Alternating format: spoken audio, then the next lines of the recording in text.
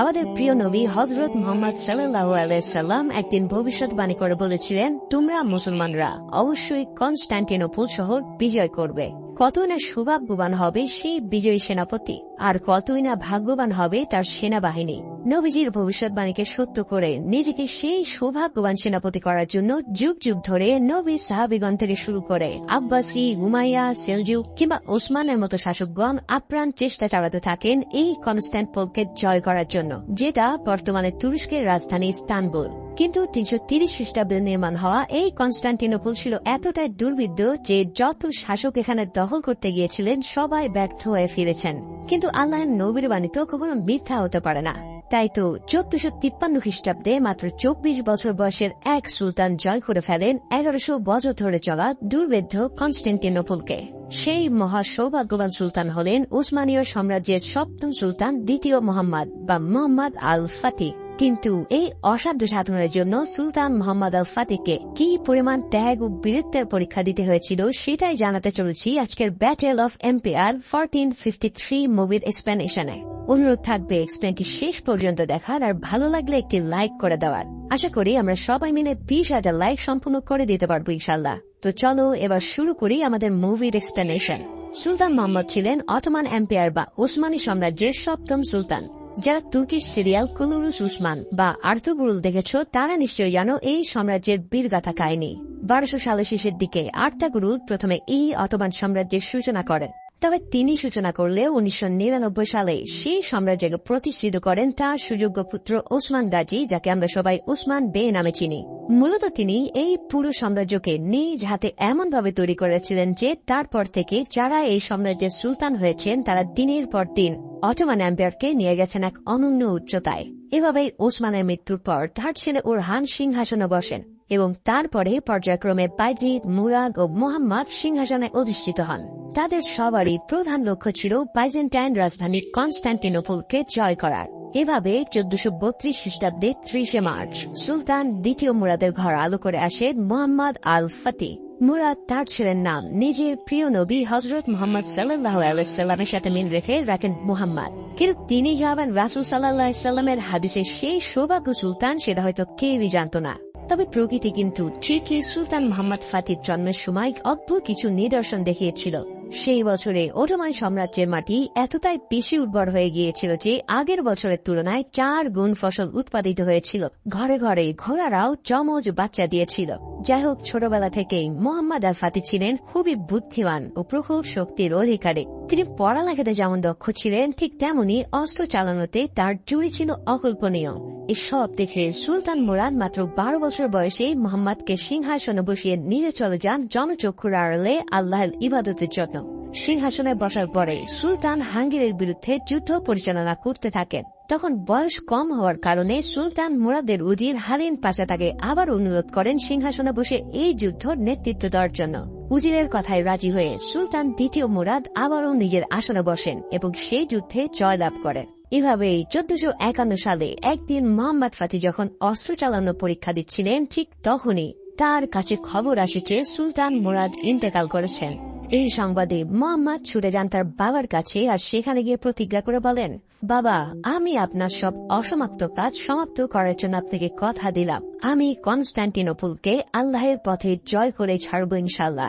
এরপর মোহাম্মদ ফাতিহ আবারও উসমানীয় সাম্রাজ্যের সুলতান হিসেবে আসন গ্রহণ করেন। রাজ্য অভিষেকের দিন হালিল পাশা সুলতানের কাছে কয়েক বছর আগে তার কাছ থেকে সিংহাসন কেড়ে নেওয়ার জন্য ক্ষমা চান, আর ব্যাখ্যা কারণ কেন সেই সময়টাতে এই কাজটি জরুরি ছিল। সুলতান মোহাম্মদও তার কথা বুঝতে পেরে তাকে উজিরে আজম পদে বহাল রাখেন। এর সাথে সাথে সুলতান দরবারের বাকি সদস্যদেরকেও নতুন দায়িত্ব বুঝিয়ে দেন।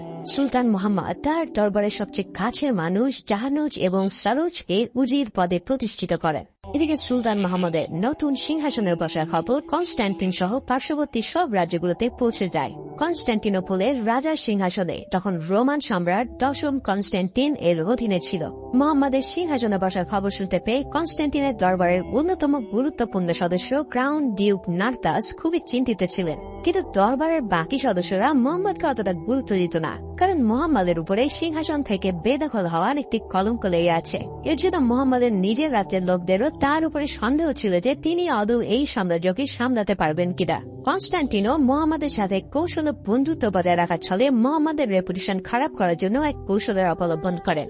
কনস্টান্টিনোপলে অটোমান সাম্রাজ্যের আরেক শাহজাদা ওরহান অনেকদিন ধরে বন্দী আছেন। ওরহান ছিল মোহাম্মদের চাচাতো ভাই, যে অনেকদিন আগে যুদ্ধ করতে গিয়ে বন্দী হয়েছিলেন।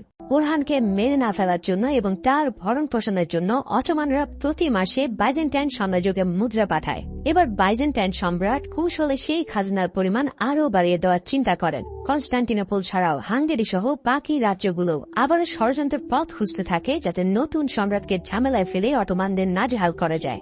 কনস্টান্টিন তার দূতদেরকে দিয়ে সুলতান মোহাম্মদ দরবারে চিঠি লিখে তাকে রাজ্য অভিষেকের জন্য অভিনন্দন জানান। এর পাশাপাশি তিনি সুলতান মুরাদের জন্য দুঃখ প্রকাশ করে লেখেন মোহাম্মদের সাথেও তিনি বন্ধুত্ব বজায় রাখতে চান। চিঠিতে তিনি ওরহানের জন্য খাজনার পরিমাণ বাড়ানোর কথাও লিখে পাঠান। যদিও সুলতান মোহাম্মদের মনে খুব ইচ্ছা ছিল কনস্টান্টিনোপল দখল করার, কিন্তু তবুও তিনি কনস্টান্টিনের এই শর্তগুলো মেনে নেন, কারণ সুলতান মোহাম্মদ কখনো গায়ে পড়ে ঝামেলা করার লোক ছিলেন না। তিনি সবসময় শান্তি বজায় রাখতে চাইতেন। সুলতানের এই সিদ্ধান্তে তার দরবারের অনেকেই খুশি ছিলেন না, বিশেষ করে তার যে জাহানুজ আর সরোজা। কিন্তু সুলতান তাদেরকে বুঝিয়ে বলেন এখনই কনস্টান্টিনোপলকে আক্রমণ করার সময় আসেনি, তাদেরকে আক্রমণ করার জন্য সঠিক সময় আর সুযোগের অপেক্ষা করতে হবে। অন্যদিকে সুলতান মোহাম্মদ একদিন বিশেষ এক স্বপ্ন দেখেন, যেখানে তার দেখা হয়ে যায় অটোমান সাম্রাজ্যের প্রতিষ্ঠাতা তার বহু আগের পূর্বপুরুষ ওসমান গাজীর সাথে। সেই স্বপ্নে ওসমান গাজী তাকে জানান সুলতান মোহাম্মদই হল সেই সেনাপতি যিনি কনস্টান্টিনোপলকে জয় করবেন। স্বপ্নের শেষের দিকে ওসমান গাজী তাকে একটি আংটি পরিয়ে দিতে যান, কিন্তু তার আগেই এক আগুনের গর্তে পড়তে পড়তে মোহাম্মদের ঘুম ভেঙে যায়। এই স্বপ্ন দেখার পর মোহাম্মদ বুঝতে পারেন যে তার সামনে আসতে চলেছে কনস্টান্টিনোপলের সেই ভয়ানক যুদ্ধ। তাই সুলতান মোহাম্মদ তখন থেকেই যুদ্ধের জন্য যাবতীয় প্রস্তুতি নেওয়ার সিদ্ধান্ত নেন। তাই পরের দিনে সুলতান তার উজির এবং পাশাদেরকে নিয়ে নতুন নতুন অস্ত্রশস্ত্র ও কামান তৈরির কাজ শুরু করে দেন। এছাড়াও তাদের সেনা এবং নৌবাহিনীকে শক্তিশালী করার জন্য যা যা করা দরকার সবকিছু করার তিনি আদেশ দেন। এদিকে বাইজেন্টাইন সম্রাট কিন্তু তখনও সুলতান মোহাম্মদের বিরুদ্ধে তার ষড়যন্ত্র চালিয়ে যাচ্ছে। অটোমানদের অন্তর্গত কারমান রাজ্যে বিদ্রোহীদের বিদ্রোহ করার প্রস্তুতির খবর শুনে কনস্টান্টিন তাদেরকে আরও উস্কে দেওয়ার ফন্দি আটে। সম্রাট শাহজাদা ওরহানকেও এই ষড়যন্ত্রে সামিল করে নেয় এবং বিদ্রোহীদেরকে উস্কে দেওয়ার একটি চিঠি লেখার সিদ্ধান্ত নেয়, যেখানে লেখা থাকবে বিদ্রোহে কনস্টান্টিনোপল তাদের পাশে আছে। সেই চিঠিতে হালের পাশা সহ রাজ্যের গুরুত্বপূর্ণ ব্যক্তিদের নাম ষড়যন্ত্র করে লিখে দেওয়া হয়, যদিও এইসবের সাথে তাদের কোনো সম্পর্কই নেই। শাহজাদা ওরহানকে দিয়ে এই চিঠি লেখার পর সম্রাট কনস্টান্টিন চিঠিটা কানমানদের নেতা ইব্রাহিমের কাছে পৌঁছে দেওয়ার জন্য লোক পাঠায়। কিন্তু সুলতান মোহাম্মদ সবসময় কনস্টান্টিনদের চাইতেও এক কদম বেশি এগিয়ে থাকতেন। তাই তিনি কনস্টান্টিনদের সাথে বন্ধুত্ব রাখার পরেও তাদের উপর নজরদারি করার জন্য গুপ্তচর রেখেছিলেন।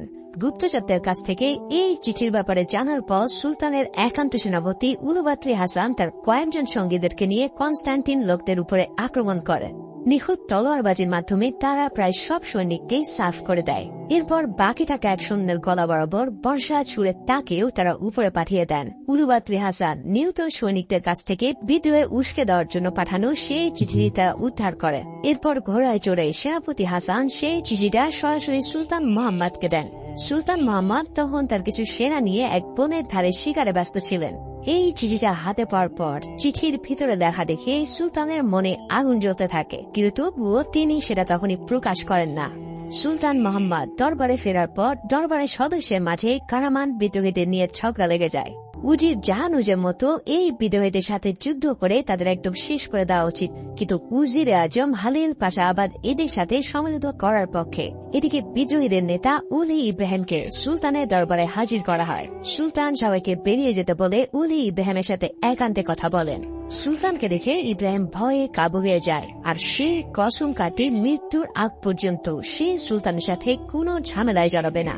সুলতানও তাকে তখনকার মতো মাফ করে দিয়ে বলেন যদি সে এই কসম ভঙ্গ করে তাহলে তার মৃত্যু সুলতানের হাতেই হবে। ইব্রাহিম বেরিয়ে যাওয়ার পর সুলতান তার দরবারের সদস্যদেরকে আবারও ডেকে নেন। এবার সুলতান মোহাম্মদ তার প্রধান উজির হালিল পাশার উপরে রেগে যান, কেন হালিল পাশা শুরু থেকে কনস্টান্টিনদের সাথে বন্ধুত্ব রাখার জন্য সুলতানকে পরামর্শ দিচ্ছিলেন। সুলতান তাকে চিৎকার করে বলেন, হালিল পাশার পরামর্শ শোনার কারণে কনস্ট্যান্টিন তাদের বিরুদ্ধে ষড়যন্ত্র করার যথেষ্ট সময় পেয়েছে। এছাড়াও ওরহানকে দিয়ে লেখানো ষড়যন্ত্রমূলক চিঠিতে কেন হালিল পাশার নাম লেখা সেটাও সুলতান জানতে চান। হালিল পাশা তখন তাকে বলেন, তিনি অনেক বছর ধরে মুহাম্মদের বাবা সুলতান মুরাদের সহচারী ছিলেন, তাই তিনি কখনোই অটোমানদের বিরুদ্ধে ষড়যন্ত্র করবেন না। কিন্তু তবুও যদি সুলতান তার উপরে সন্দেহ করেন তাহলে তিনি যে শাস্তি দেবেন তাই তিনি মাথা পেতে নেবেন। এদিকে বাইজেন্টাইনের সম্রাটও জেনে যায় সুলতান মাহমুদের বিরুদ্ধে করা তার ষড়যন্ত্র পুরোপুরি ব্যর্থ হয়েছে। গ্র্যান্ড ডিউকও বুঝতে পারে সুলতান এখন কনস্ট্যান্টিনদেরকে ওরহানের জন্য টাকা পাঠানো বন্ধ করে দেবে, আর অতি দ্রুতই কনস্ট্যান্টিন এবং অটোমানদের মধ্যে যুদ্ধ শুরু হয়ে যাবে। অন্যদিকে হালিল পাশা এখনো এটা ভেবে চিন্তায় আছেন যে চিঠিতে কেউ তার নাম লিখে তাকে কেন ফাঁসালো।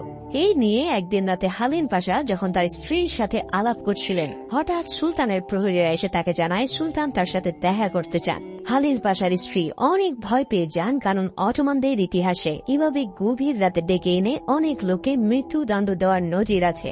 হালিল পাশা তার স্ত্রীকে আল্লাহর উপরে ভরসা রাখতে বলে দেখা করতে যান সুলতানের সাথে। হালিল পাশা সুলতানের ঘরে ঢোকার পর সুলতান প্রথমে তাকে পানি খেয়ে নিতে বলেন। এরপর সুলতান জানান ঠিক কখনোই হালিল পাশার বিশ্বাসযোগ্যতার উপরে সন্দেহ করেননি।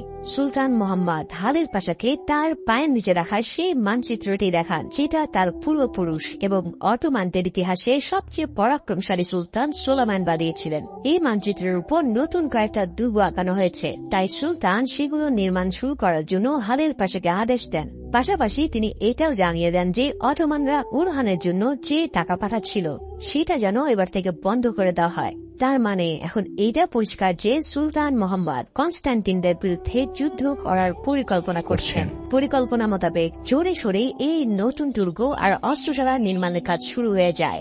সুলতান আর হালিল পাশা নিয়মিত এখানকার নির্মাণ কাজে তদারকি করতে থাকেন, আর কনস্ট্যান্টিনোপলও এই প্রস্তুতির খবর পৌঁছে যায়। সম্রাট কনস্ট্যান্টিন রেগে গিয়ে নিজেও সুলতানের বিরুদ্ধে যুদ্ধের প্রস্তুতি নেওয়ার সিদ্ধান্ত নেয়। সে পার্শ্ববর্তী রাজার বন্ধু এবং তাদের ভাইদের কাছে সৈন্য পাঠানোর জন্য খবর পৌঁছে দেয়। এর সাথে সাথে কনস্ট্যান্টিনোপলের বিখ্যাত অস্ত্র বিশারদ আরবান আলীকে দিয়ে নতুন নতুন কামান বানানোর জন্য আদেশ দেয়। সুলতান মোহাম্মদ এটা আগে থেকে আজ করতে পেরেছিলেন যে বাইজেন্টাইন সম্রাট তার ভাইদের কাছ থেকে সাহায্য চেয়ে আগেভাগে আক্রমণ করে বসতে পারে। তাই মোহাম্মদ পাশের রাজ্য মোরায় কনস্ট্যান্টিনের ভাইকে আক্রমণ করার জন্য একটি বিরাট ফৌজ পাঠান। সুলতানের সেই বাহিনী মোরায় গিয়ে কনস্ট্যান্টিনের ভাইয়ের সব সৈন্যকে মেরে ভূত করে দেয়। তারপর পুরো রাজ্যকে তছনছ করে দিয়ে তারা কনস্ট্যান্টিনের ভাইকেও মেরে আসে। সুলতান মোহাম্মদের এই যুদ্ধের প্রস্তুতি দেখে হাঙ্গেরি সহ অন্যান্য ইউরোপিয়ানরাও ভয় পেয়ে যায়। ক্যাথলিক পাদ্রীরা এবং পোপ এই যুদ্ধে কনস্ট্যান্টিনকে সাহায্য করার জন্য সিদ্ধান্ত নেয়। কথায় যেমন আছে চোরে চোরে মাসতুতো ভাই, ঠিক তেমনি এই ইউরোপিয়ানরাও অটোমানদের বিরুদ্ধে যে কোনো ঝামেলাতেই একজোট হয়ে যেত। বাইজেন্টাইন সম্রাট এবার তাঁর চিঠির লেখককে দিয়ে সুলতান মোহাম্মদকে হুমকি ভারে একটি চিঠি লিখে পাঠায়, যেখানে বলা ছিল সুলতান মোহাম্মদ যদি তার দুর্গ নির্মাণ বন্ধ না করে তাহলে সুলতানকে এডিরনের গদি থেকে সরিয়ে উরহানকে বসিয়ে দেওয়া হবে। সুলতান এই হুমকি ভরা চিঠি পেয়ে একদমই দমে যায় না, বরং আরো পুরো দমে প্রস্তুতি চালানোর আদেশ দেন। ওদিকে বাইজেন্টাইন সম্রাটের আদেশ মতেই গ্র্যান্ড ডিউক সেই বিখ্যাত অস্ত্র বিশারদ আরবান আলীর সাথে দেখা করে। আরবান আলী ছিলেন একজন ধর্মপ্রাণ মুসলমান, তাই তিনি কোনোভাবে রোমানদের জন্য কামান বানাতে রাজি হননি। কিন্তু ডিউক তাকে হুমকি দিয়ে যায় যে যদি তিনি রাজি না হন তাহলে তার মেয়ের ইজ্জতহানি হতে পারে। তাই আরবান আলী তার মেয়ে ইরাকে নিয়ে পরের দিন সেখান থেকে পালিয়ে যেতে চান, কিন্তু তার আগে সম্রাট কনস্ট্যান্টিনের লোকরা সেখানে এসে তাদের পথ আটকে ফেলে। তারা ইরাকে নিয়ে টানা হেঁচড়া শুরু করলে আরবান তাদেরকে আটকাতে যান, কিন্তু তখনই হঠাৎ দরজায় দাঁড়িয়ে থাকা এক সৈনিকের পেটে কে যেন তরোয়াল দিয়ে এফোর করে দেয়। দেখা যায় সেনাপতি হাসান সেখানে নিজের সঙ্গীকে নিয়ে হাজির হয়েছেন বাইজেন্টাইন সৈন্যদের সাথে। তখন হাসানের তরোয়াল যুদ্ধ শুরু হয়ে যায়। তীব্র এক তরোয়াল যুদ্ধের পর হাসান সবাইকে কুপঘাত করে আরবান আলী ও তার মেয়ে ইরাকে সুরক্ষিত করেন। ইরা আর তার বাবা উদ্ধার হওয়ার পর ইরা হাসানকে জানায় সেও তার বাবার মতো একজন অস্ত্রবিদ্যায় দক্ষ, তাই সেও চায় তুর্কির এই অস্ত্র কারখানায় কাজ করতে। হাসান যখন তাকে বলে এই কারখানায় মেয়েরা কখনো কাজ করতে পারবে না, তখন ইরা হাসানকে বলে কিভাবে বাইজেন্টাইনরা একদিন তার গ্রাম আক্রমণ করে পুরো চালিয়ে দিয়েছিল। তারা সেখানে সবাইকে মেরে ফেলে মেয়েদেরকে দাসী হিসেবে বেঁচে দিয়েছিল। আরবান আলী ইরাকে সেখান থেকে উদ্ধার করে নিজের মেয়ের মতন বড় করে তুলেন। তাই এখন ইরাও তুর্কিদের জন্য সাহায্য করে বাইজেন্টাইনদের উপরে প্রতিশোধ নিতে চায়। ওদিকে বাইজেন্টাইন সম্রাট যখন জানতে পারে আরবান আলী তাদের হাত থেকে ছিটকে গেছে, তখন সে প্রচন্ড রেগে যায়। আরো জানায় যে অটোমান মোরায় আক্রমণ করে তার ভাইকে মেরে ফেলেছে। সম্রাট কনস্ট্যান্টিন এই কথা শুনে প্রচন্ড হতাশ হয়ে পড়ে। সে যখন দেখতে পায় তার কাছে ক্যাথলিক আর পোপের সাহায্য চাওয়া ছাড়া আর কোনো উপায় নেই, তখন সে সেটাই করার সিদ্ধান্ত নেয়। কিন্তু গ্র্যান্ড ডিউক এর বিরোধিতা করে, কারণ ক্যাথলিকদের স্বভাব হলো সাহায্য করার পর রাজ্যটা নিজেরাই দখল করে নেয়। কনস্ট্যান্টিনের জনগণও এই খবর পেয়ে আন্দোলন শুরু করে, কারণ তারাও কোনোভাবে কনস্ট্যান্টিনের ক্যাথলিকদেরকে ঢুকতে দিতে চায় না। যখন কনস্ট্যান্টিনে এই গোলমাল চলছিল, তখন উস্তাদ আরবান ততক্ষণে এরডিনে পৌঁছে গেছেন। সুলতান মোহাম্মদ তার সাথে দেখা করে তাকে নিজের রাজ্যে আমন্ত্রণ জানিয়ে তোপ বানানোর কাজ শুরু করতে বলেন। নির্দিষ্ট দিনে আল্লাহের কাছে দোয়া প্রার্থনা করার পর কারখানায় তোপ বানানোর কাজ শুরু হয়। উস্তাদ আরবানের পাশাপাশি ইরাও ছদ্মবেশে কারখানায় কাজ করতে থাকে। এই কাজ করার জন্য সে নিজের সুন্দর লম্বা চুলগুলো পর্যন্ত কেটে ফেলেছিল। সুলতান মোহাম্মদের কারখানায় যখন যুদ্ধের অস্ত্রশস্ত্র তৈরির কাজ পুরো দমে চলছিল, তখন ইউরোপিয়ানরা ব্যস্ত ছিল সৈন্য জোগাড় করার কাজে। এর মধ্যে আবারও অটোম্যানরা নদী পথে অস্ট্রিয়ার এক জাহাজকে ডুবিয়ে দেওয়ার কারণে অস্ট্রিয়ার ডিউকও কনস্ট্যান্টিনকে সাহায্য করার জন্য সৈনিক পাঠানোর সিদ্ধান্ত নেয়। ভ্যাটিকানের পোপও তার পক্ষ থেকে কনস্ট্যান্টিনকে দূত পাঠিয়ে বলে যে যদি কনস্ট্যান্টিন তার রাজ্যে ক্যাথলিকদের জায়গা করে দেয়, তাহলে পোপও তাদের জন্য সেনাবাহিনী পাঠাতে প্রস্তুত। ফলে গ্র্যান্ড ডিউকের বিরোধিতার পরেও কনস্ট্যান্টিন তার রাজ্যে ক্যাথলিক ধর্ম প্রচারের অনুমতি দেবে বলে কথা দেয়। কিন্তু এর বিরুদ্ধে আবারও কনস্ট্যান্টিনোপলের অর্থোডক্স খ্রিস্টানরা প্রতিবাদ শুরু করলে কনস্ট্যান্টিন তাদের সৈন্য পাঠিয়ে দমন করে। এদিকে সুলতান মোহাম্মদের কাছে হালির পাশা এসব খবর দেওয়ার পর তাকে অনুরোধ করে আরও একবার এই যুদ্ধে জড়ানোর আগে ভেবে দেখার জন্য। কিন্তু সুলতান তার নিজের সিদ্ধান্তে অটল থাকেন আর কারখানায় তোপ নির্মাণের কাজ দ্রুত শেষ করার নির্দেশ দেন। এদিকে দেখা যায় হাসান আলীরা এই কয়েকদিনের পরিচয়ে একে অপরকে ভালোবেসে ফেলেছে। তাই কামান বানানোর কারখানায় সারাক্ষণ হাসান ইরার পাহারায় লেগে থাকতো, তাকে যে কোনো ধরনের বিপদ আপদ থেকে রক্ষা করার জন্য। কামান বানানোর একদম শেষের দিকে একদিন হঠাৎ ডিউকের পাঠানো এক গুপ্তচরের ছুরি দিয়ে ওস্তাদ আরবান আলীকে মারতে যায়। কিন্তু সময় মতো হাসান তাকে দেখতে পেয়ে দ্রুত এসে ছুরির এক আঘাতেই তার গলা কেটে ফেলে। এই ঘটনার পর তারা তাদের তোপ বানানোর কাজ আরো দ্রুত গতিতে বাড়িয়ে দেয় এবং অবশেষে সুলতানের আদেশ মোতাবেক সমস্ত কামান এবং জাহাজ পুরোপুরি তৈরি হয়ে যায়। কামান আর অন্যান্য যুদ্ধের সরঞ্জাম পুরো প্রস্তুত হওয়ার পর সুলতান মোহাম্মদ নিজেও রাজকীয় এক যুদ্ধ সাজে অভিযানের নেতৃত্ব দেওয়ার জন্য তৈরি হতে থাকেন। রওনা দেওয়ার সময় তিনি তার ছোট শাহজাদা বাজিদকে বুকে জড়িয়ে ধরেন। এরপর স্ত্রী গুলবাহারের কাছ থেকেও বিদায় নিয়ে তিনি ধীরে ধীরে রওনা দেন যুদ্ধের অভিযানে যাওয়ার জন্য। এদিকে বাইজেন্টাইন সম্রাট তার সমস্ত দেশবাসীকে জানিয়ে দেয় তুর্কি তাদের উপরে হামলা করতে চলেছে। সমস্ত বাইজেন্টাইন সৈন্যরা একত্রিত হয়ে শুরু করে কনস্ট্যান্টিনোপলকে রক্ষা করার জন্য। দুই পক্ষের দুই সম্রাটই তাদের সব কমান্ডার আর পাশাদেরকে যুদ্ধে নিজ নিজ দায়িত্ব বুঝিয়ে দেন। নির্দিষ্ট দিনে বিরাট এক সৈন্যবহর নিয়ে সুলতান মোহাম্মদ হাজির হন কনস্ট্যান্টিনোপলের শহর রক্ষা প্রাচীরের সামনে। যুদ্ধ শুরু হওয়ার আগে কনস্ট্যান্টিন এসে তাকে যুদ্ধক্ষেত্র থেকে চলে যেতে বলে, অন্যথায় প্রচুর রক্তপাত হবে বলে সে হুঁশিয়ারি দেয়। কিন্তু সুলতান মোহাম্মদ তাকে সাফ জানিয়ে দেন যে যতদিন নিজের বাবার অধরা কাজ সে পূরণ করতে না পারবে, ততদিন তিনি এখান থেকে পিছু হটবেন না। তিনি আরো বলেন, তুমি চাইলেও আত্মসমর্পণ করতে পারো, তাতে বিনা রক্তপাতে ঝামেলা শেষ হবে। কিন্তু দুই সম্রাটের মধ্যে সন্ধি স্থাপন করার কোনো ইচ্ছা না থাকার কারণে শুরু হয়ে যায় সেই মহাযুদ্ধ। বিরাট বিরাট তামামা বাজিয়ে যুদ্ধ শুরুর পর সুলতানের পক্ষ থেকে কামান দিয়ে প্রথমে আক্রমণ করা হয়। বাইজেন্টাইনের প্রিন্স গুস্তিনিয়ানের অধীনে থাকা তীরন্দাজ বাহিনী সদর দরজার মুখ রক্ষা করার জন্য অবস্থান নিয়েছিল। সুলতানের তীরন্দাজরা সেদিকে তীরের বৃষ্টি চালালে তারা সবাই ঢাল নিয়ে বসে পড়ে। কিন্তু তারপরেও তীরের আঘাতে কনস্ট্যান্টিনের বেশ কিছু সৈন্য প্রাণ হারায়। এবার সুলতান মোহাম্মদ তার সেই বিশেষ কামান ব্যবহারের জন্য আদেশ দেন। এই কামান ছিল সেই সময়কার সবচেয়ে ভয়ানক কামান, যা নিমেষেই কনস্ট্যান্টিনদের দেওয়াল চুরমার করতে থাকে। এই কামান যে এতটাই খতরনাক হবে তা যেন কনস্ট্যান্টিনোপলের সৈন্যরা কখনো স্বপ্নেও ভাবেনি। সেই কামান চালানোর কারণে কনস্ট্যান্টিনোপলের দরজায় এক অংশ ব্যাপকভাবে ক্ষতি হয়। সেটা দেখে সুলতান মোহাম্মদের সৈনিকরা উত্তেজিত হয়ে দ্রুত সেদিকে আর প্রাচীরের সদর দরজার দিকে দৌড়ে যায়। কিন্তু এই সুযোগে গুস্তানিয়ানের তীরন্দাজ বাহিনী হঠাৎ সুলতানের সেনাদের উপরে প্রচন্ড এক তীরের বৃষ্টি নিক্ষেপ করে। এই তীরের আঘাতে সুলতানের প্রচুর সৈন্য আর ঘোড়া সেখানেই মারা যায়। কিন্তু তারপরেও বাকিরা দরজার সামনে গিয়ে বিরাট এক কাঠ দিয়ে সদর দরজা ভাঙার চেষ্টা করে। আর কিছু সৈন্য দেওয়াল বেয়ে উপরে ওঠার চেষ্টা করতে থাকে। সেখানে তাদের সাথে প্রাচীরের প্রহরীদের ব্যাপক যুদ্ধ লেগে যায়। তরোয়ালের আঘাতে তারা একে অপরকে ঘায়েল করতে থাকে, কিন্তু নিচ থেকে উপরে ওঠার সময় তরোয়ালের খোঁজা খেয়ে বেশি হতাহত হয় সুলতানের এই সৈন্যরা। দরজা ভাঙার চেষ্টা যারা করছিল তাদের উপর এবার কনস্ট্যান্টিনের সৈন্যরা কামান আর গোলার আগুন দিয়ে হামলা করে বসে। এর কারণে সুলতান মোহাম্মদের আরো বেশ কিছু সৈন্য মারা যায়। সেই সুযোগে কনস্ট্যান্টিনের সৈন্যরা তাদের প্রাচীর ভাঙা অংশটাও মেরামত করে ফেলে। সেদিন এভাবেই যুদ্ধ করতে করতে সন্ধ্যা হয়ে গেলে সেদিনকার মতো যুদ্ধ থেমে যায়। রাতে সুলতান তাদের বাসাদের কাছ থেকে জানতে পারে যে তাদের বহু সৈন্য মারা গেল, তারা বাইজেন্টাইনদের দেওয়ালে তেমন কোনো ক্ষতি করতে পারেনি। এই কথা শোনার পর সুলতান তখন সৈনিকদের দেওয়ালের পাশে সুড়ঙ্গ খুঁড়ে দেওয়ালের ধস নামিয়ে দেওয়ার আদেশ দেন। সেই মোতাবেক সৈন্যরাও সেখানে গিয়ে সুড়ঙ্গ খুঁড়তে থাকে, কিন্তু হঠাৎ সুড়ঙ্গের একদিকে ধস নামতে শুরু করলে তারা সেদিক থেকে পালাতে শুরু করে। তখন বাইজেন্টাইনরাও টের পেয়ে যায় যে অন্য পাশ থেকে সুড়ঙ্গ খোঁড়া হচ্ছে। টের পেয়ে তারা বিপরীত দিক থেকে সুড়ঙ্গের মুখে ঢুকতে থাকলে সুলতানের সৈন্যরা বুঝে গিয়ে সেখান থেকে পালিয়ে যায়। গুস্তিনিয়ানি সেখানে এসে দেখতে পায় আশেপাশে বিরাট বিরাট তেলের ড্রাম রাখা আছে। ফলে সে ওই ড্রামগুলোতে আগুন লাগিয়ে দিয়ে পুরো সুড়ঙ্গটাকে একদম ধসিয়ে দেয়। সুড়ঙ্গ খোঁড়ার ব্যর্থ চেষ্টার পর সুলতান মোহাম্মদ হাসানকে তার বিশেষ তীরন্দাজদেরকে নিয়ে এবার জোরে সুরে হামলা করার নির্দেশ দেন।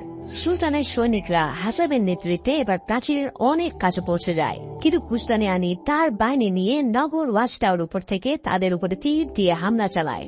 এছাড়াও দেওয়ালের উপর থেকে তেল ঢেলে আগুন বাঁধার তীর মেরে সুলতানের বেশ কিছু সৈনিককে তারা পুড়িয়ে মারে। কিছু সৈনিক যদিও ভিতরে ঢুকতে পারে, কিন্তু তবুও তাদেরকে কনস্ট্যান্টিনরা শেষ করে দিতে থাকে। এদিকে প্রাচীরের একপাশে হাসান তখনও তীরন্দাজদেরকে নিয়ে হামলা করে যাচ্ছিল। গুস্তানিয়ানি হঠাৎ এক তীর নিয়ে এসে হাসানের দিকে নিক্ষেপ করলে সেটা হাসানের বুকে গিয়ে আঘাত করে, কিন্তু বর্ম পরে থাকার কারণে হাসান বেঁচে গেলেও সেদিনের মতন তার অনেক সৈনিক মারা গিয়ে তা পিছু হটতে বাধ্য হয়। এই আক্রমণের পর 1 মাস পার হয়ে যায়, কিন্তু তখনও সুলতানের সৈনিকরা কনস্ট্যান্টিনোপলের কিছুই করতে পারেনি। উল্টো সুলতানদেরই অনেক ক্ষয়ক্ষতি হয়ে গেছে, আর ওদিকে কনস্ট্যান্টিনরা আনন্দে পার্টি করে বেড়াচ্ছে। এর উপর পোপের কাছ থেকে সৈনিকের সাহায্য পাওয়ার প্রতিশ্রুতিও তারা পেয়ে যায়। এদিকে সুলতান মোহাম্মদের শিবিরে এক পুরো উল্টো অবস্থা। আহত সৈনিকদের আর্তনাদে আকাশ বাতাস ভারী হয়ে উঠছে। এর উপরে আরবান আলী নতুন কামান পরীক্ষা করতে গিয়ে আহত হয়ে পড়েছেন। তখন ইরা নিজে এই সাহিত্য চালানোর দায়িত্ব নিজের কাঁধে তুলে নেয়। এদিকে সুলতান মোহাম্মদ যুদ্ধ নিয়ে আবারও এক ভয়ানক স্বপ্ন দেখেন। তারপর তিনি সমস্ত পাশাদের উপরে প্রচন্ড রাগ ছাড়েন। সুলতান তাদের উপর রাগ ছাড়ার পর পাশারাও নিজেদের মধ্যে ঝগড়া শুরু করে দেয়। খালিদ পাশা সবাইকে বলতে থাকেন তিনি শুরু থেকেই সুলতানকে এই আক্রমণ শেষ করার কথা বলেছিলেন। এখন কনস্ট্যান্টিনদের সাথে পোপের সৈন্যরা যোগ দিলে তাদের অবস্থা আরো খারাপ হয়ে যাবে। কিন্তু সুলতানের কাছে লোক জানুস তাকে বলে যদি কেউ এখান থেকে পিছু হটার কথা বলে তাহলে তার শাস্তি হবে মৃত্যুদণ্ড। শুধু পাশা নয়, সৈনিকদের মধ্যেও যুদ্ধের পরিণতি নিয়ে সন্দেহ দেখা গেছে। একদিন এক সৈনিক ফিরে যাওয়ার জন্য সবাইকে উস্কাতে থাকলে হাসান গিয়ে তাকে মেরে ফেলে, আর সুলতান নিজেও যুদ্ধের এই অবস্থা দেখে মানসিকভাবে অনেক ভেঙে পড়েন। সুলতান মোহাম্মদ এতটাই হতাশ হয়ে পড়েছিলেন যে তিনি 2 দিন ধরে তার ছাউনি থেকেই বের হননি। এসব দেখে সৈনিকদের মনেও প্রচুর দ্বিধাদ্বন্দ্ব আর মনোবলের অভাব দেখা যায়। তখন পাশারা বাধ্য হয়ে সুলতানের বিদ্রোহবেশ আকশেকে যুদ্ধের ময়দানে নিয়ে আসেন। আকশে এসে সুলতান মোহাম্মদকে জিজ্ঞেস করেন কেন তিনি এত হতাশ হয়ে বসে আছেন। সুলতান তখন বলেন 40 দিন ধরে তার ফৌজ এখানে আছে, অথচ তারা কিছুই করতে পারেনি, উল্টো প্রচুর তারা ক্ষতির সম্মুখীন হচ্ছেন। আকশে তখন সুলতানকে হযরত আবু আইয়ুব আনসারী রাদিয়াল্লাহু তাআলা আনহুর কবরের সামনে নিয়ে যান, যেটা কনস্ট্যান্টিনদের কেল্লার খুব কাছেই ছিল। ইনি সেই বিখ্যাত সাহাবা যাকে আমরা মুভি শুরু সিনে দেখেছিলাম। ইনি রাসূল সাল্লাল্লাহু আলাইহি ওয়াসাল্লামের সেই বিখ্যাত ভবিষ্যৎবাণীটি বর্ণনা করেছিলেন। আকশে মোহাম্মদকে জানান কিভাবে হযরত আইয়ুব আনসারী বৃদ্ধ বয়সে নিজের জীবন পরোয়া না করে কনস্ট্যান্টিনোপলকে জয় করতে এসেছিলেন। তিনি শাহাদত বরণ করা না পর্যন্ত হাল ছাড়েননি এবং তাকে এখানেই সমাধি করা হয়েছিল। আকশের এই কথাগুলো শুনে সুলতানের মনে নতুন করে সাহস জাগে, আর তিনি আবারও যুদ্ধের জন্য শপথ নেন। এবার সুলতান এমন এক যুদ্ধের ছাও কাটেন যা তখনকার কেউই কল্পনাতেও আনতে পারেননি। কনস্ট্যান্টিনোপলের 3 দিকে পানি হওয়ার কারণে নৌপথে তাদের উপরে আক্রমণ করা ছিল অসম্ভব। তার উপরে গোল্ডেন হর্নে তারা বড় বড় শিকল দিয়ে আটকে রেখেছিল, যাতে কোনো জাহাজ কনস্ট্যান্টিনোপলের দিকে অগ্রসর হতে না পারে। এখন যুদ্ধ জাহাজকে কনস্ট্যান্টিনোপলে নিয়ে যাওয়া ছাড়া এই যুদ্ধে জয়লাভ করা একদম অসম্ভব। কিন্তু কিভাবে সুলতান সকল জাহাজকে সেই গোল্ডেন হর্ন পার করে নিয়ে যাবে সেটাই হলো বড় প্রশ্ন। এই সমস্যা সমাধানের জন্য সুলতান এমন এক প্ল্যান করে যা রীতিমতো অবিশ্বাস্য। তিনি বলেন, আমরা যেহেতু জলপথ দিয়ে জাহাজ নিয়ে যেতে পারছি না, তাহলে স্থলপথ দিয়ে এই জাহাজগুলোকে গোল্ডেন হর্নের অন্য পাশে নিয়ে যাব। মানে সুলতান প্ল্যান করেছেন যে জাহাজগুলোকে নদী থেকে তুলে প্রথমে কাঠের বড় বড় তক্তার উপরে তুলবেন, তারপর সেগুলোকে তেল লাগিয়ে এক রাতের মধ্যেই সেগুলোকে টেনে অন্য তীরে নিয়ে যাবেন। জাস্ট চিন্তা করো, এই বুদ্ধি একমাত্র আল্লাহ ছাড়া কারোরই দেওয়ার ক্ষমতা নেই। এই মহা প্ল্যান অনুসারে সবাই রাতের আধারে শুরু করে এক অসম্ভবকে সম্ভব করতে। পুরো রাত জুড়ে একদম নিঃশব্দে অটোম্যানরা প্রায় 80টি যুদ্ধ জাহাজকে মাটির উপর দিয়ে টেনে নিয়ে গিয়ে গোল্ডেন হর্ন পার করে ফেলে।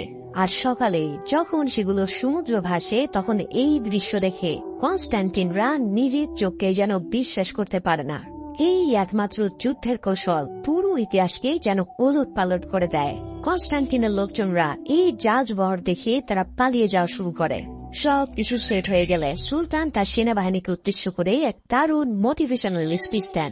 তার এই ভাষণ শুনে সৈনিকরা নতুন উদ্যমে যুদ্ধ করার জন্য তৈরি হয়। এরপর সুলতান তার বিরাট সৈন্যবাহিনী নিয়ে ফাইনাল যুদ্ধের ময়দানে উপস্থিত হন এবং নিজে ইমামতি করে সবাইকে নিয়ে সেদিন নামাজ আদায় করেন। নামাজ শেষ হলে সব সৈনিকরা আল্লাহু আকবার বলে ঝাঁপিয়ে পড়ে দুনিয়ার সবচেয়ে সৌভাগ্যবান যুদ্ধে নিজেকে বিলিয়ে দেওয়ার জন্য। এবার স্থলভাগ ও যুদ্ধজাহাজ থেকে একযোগে কামানের আঘাতে তাদের দুর্গ তাসের ঘরের মতো ভেঙে যেতে শুরু করে। সেই সুযোগে সুলতানের সৈনিকরা সেখানে ঢুকে পড়লে কনস্ট্যান্টিনদের সাথে তাদের এক মারাত্মক যুদ্ধ শুরু হয়ে যায়। বাদশাহের নতুন সাহস দেওয়ার পর তুর্কি সৈন্যদের মনে এখন সিংহের মতো সাহস। তাই তারা কনস্ট্যান্টিনদের সৈন্যদের উপরে প্রচন্ড গতিতে আক্রমণ করে তাদেরকে ধরাশয়ী করতে থাকে। এই যুদ্ধে সুলতানের পক্ষের সৈনিকরা নিহত হতে থাকে, কিন্তু এবার কনস্ট্যান্টিনদেরই বেশি ক্ষয়ক্ষতি হতে থাকে। সম্রাটের কাছের লোকজনরা তাদের বিপদ বুঝতে পেরে কনস্ট্যান্টিনকে দ্রুত নিরাপদ জায়গায় সরিয়ে নেয়। প্রিন্স গুস্তানিয়ানিও নিজের বাহিনী নিয়ে সুলতানের সৈনিকদের প্রতিরোধ করার চেষ্টা করছিল। একদিকে সিপাহী সালাহ হাসান একাই অনেক কনস্ট্যান্টিন সৈন্যদেরকে জাহান্নামে পাঠিয়ে দেয়, কিন্তু এক আহত সৈনিককে দেখতে গেলে গুস্তানিয়ানির সাথে এবার লড়াই শুরু হয়ে যায় হাসানের। সেই লড়াই ছিল প্রচন্ড ভয়াবহ এবং দৃষ্টিনন্দন। কখনো গুস্তানিয়ানি বা কখনো হাসান নিজের সকল কলাকৌশল দিয়ে একে অপরকে টিক্কা দিতে থাকে। এভাবে এক পর্যায়ে আলী হাসান গুস্তানিয়ানিকে হত্যা করতে সক্ষম হলে শেষ হয় দুই সেনাপতির এক চরম যুদ্ধ। এরপর হাসান ভিতর থেকে বেরিয়ে অটোমানদের পতাকা হাতে নিয়ে কিল্লার উপর উঠে যায় বিজয় নিশানে উড়ানোর জন্য। কিন্তু ঠিক সেই সময় হুট করে কনস্ট্যান্টিনের প্রহরীরা তার উপরে তীরের হামলা চালালে হাসানের বুক ইফুর উফুর হয়ে যায়। কিন্তু তবুও তিনি থেমে না থেকে অটোমানদের পতাকা উড়িয়ে দেন, আর কিছুক্ষণ পরেই সেখানে তিনি শাহাদাত বরণ করেন। নিচে থেকে এই দৃশ্য দেখে ইরা চোখ দিয়ে পানি ঝরতে থাকে, কিন্তু তবুও তার গর্ভে থাকা হাসানের অনাগত সন্তানের কথা ভেবে সে ধৈর্য ধারণ করতে থাকে।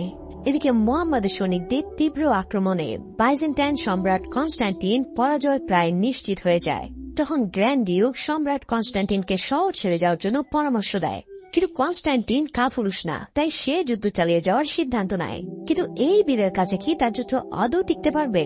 তাই তো শেষ পর্যন্ত সুলতানের তীব্র আক্রমণে কনস্ট্যান্টিনোপলের পতন হয়, আর জয় হয় মুসলমানদের অটোমান সাম্রাজ্যের। এভাবেই 1000 বছর আগে করা হযরত মুহাম্মদ সাল্লাল্লাহু আলাইহি সাল্লামের ভবিষ্যৎবাণীকে সত্য প্রমাণ করে নিজেকে সবচেয়ে সৌভাগ্যবান হিসেবে প্রতিষ্ঠিত করেন সুলতান মোহাম্মদ ফাতেহ। এই মহাযুদ্ধ শেষে সুলতান সবাইকে গ্রেফতার করেন, তবে তিনি অত্যন্ত দয়ালু হওয়ার কারণে তাদের হত্যা না করেই ছেড়ে দেন। তারপর সুলতান মোহাম্মদ শহরের ভিতর গিয়ে দেখতে পান কনস্ট্যান্টিনোপলের লোকজনরা ভয়ে গুটিসুটি মেরে দাঁড়িয়ে আছে। তারা কেউই জানে না যে সুলতান এখন তাদের সাথে কি করবেন, কিন্তু মহান সুলতান তাদেরকে নিশ্চিত থাকতে বলেন আর ঘোষণা দেন আজ থেকে তাদের সবার দায়িত্ব সুলতানের। এছাড়াও সুলতান সব ধর্মের মানুষদেরই নিজ নিজ ধর্ম স্বাধীনভাবে পালন করতে দেওয়ার কথা দেন। সুলতানের এই মনোভাবতা দেখে সবাই নিশ্চিন্ত হয় আর তাকে নতুন সম্রাট হিসেবে মেনে নেয়। আর এরই মধ্যে দিয়ে শেষ হয় এক বীরের অসীম সাহসের অধ্যায়। ভিডিওটি ভালো লেগে থাকলে অবশ্যই একটি লাইক করে দিও, আর সেই সাথে নতুন হলে সাবস্ক্রাইবটা করে দিও। সবাই ভালো থেকো, সুস্থ থেকো। আল্লাহ হাফিজ।